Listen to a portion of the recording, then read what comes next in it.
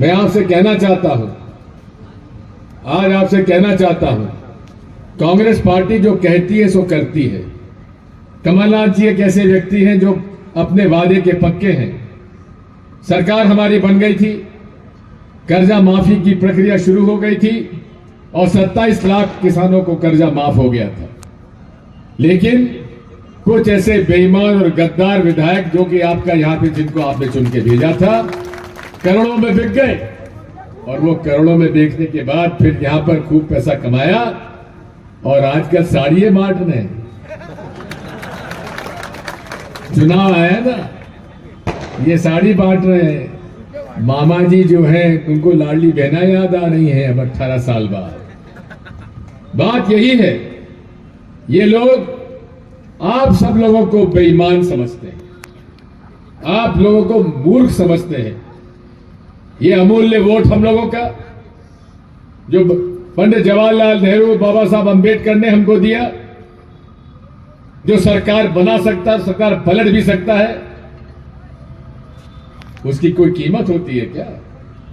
ये समझते हैं जनता क्या है, खूब लूटो और लूटने के बाद जब चुनाव आएगा तो उनको थोड़ा थोड़ा पैसा दे देंगे और शराब पिला देंगे तो अपना ठीक काम हो जाएगा। मैं आपसे कहना चाहता हूं, ये लोकतंत्र का महत्व समझिए। ये एक वोट आपका कितना कीमती, हमारी बहू जो बता रही थी उस बारे में हम समझते हैं इस बात को। मैं आपसे कहना चाहता हूं, जो जो वचन पत्र है में हमने वादे किए हैं, एक एक वादा निभाने की गारंटी दिग्विजय सिंह पुरी आपके साथ लेता है। चाहे बिजली का मसला हो, चाहे पंचायती राज का मसला हो, चाहे किसानों के हित का मामला हो। अभी मुझे जब भाषण में बता रहे थे 10 साल हमारी हुकूमत रही 93 से 2003 तक, लेकिन एक साल भी, एक फसल में भी कहीं खाद की कालाबाजारी हमने नहीं होने दी, कहीं भी खाद की लाइनें लगने नहीं दी। फसल बोने के पहले सोसाइटी के गोदाम में खाद पहुंच जाता था और खाद वहां से मिल जाता था।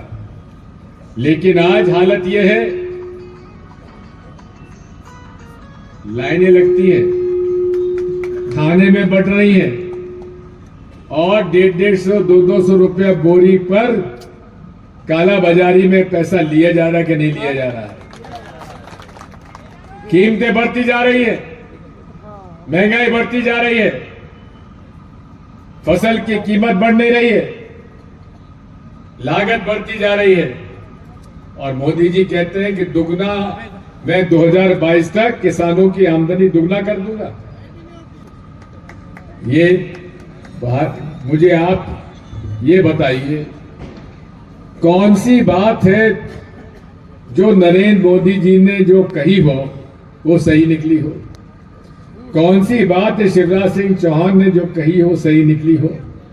काला धन आ जाएगा, इतना आएगा कि सबके खाते में 15 लाख जमा हो जाएंगे, हम इतने बड़े आपको बना देंगे, आतंकवाद समाप्त हो जाएगा, भ्रष्टाचार समाप्त हो जाएगा। ना भ्रष्टाचार समाप्त हुआ, ना आतंकवाद समाप्त हुआ, ना काला धन आया। नोटबंदी के अंदर आप ही का पैसा जो बैंकों में जमा था, आप ही को पैसा बैंक से निकालने के लिए भी घंटों लाइनों में खड़े रहे। किसकी यहाँ शादी थी, किसी क्या सगाई थी, किसी के पास मुसीबत नहीं।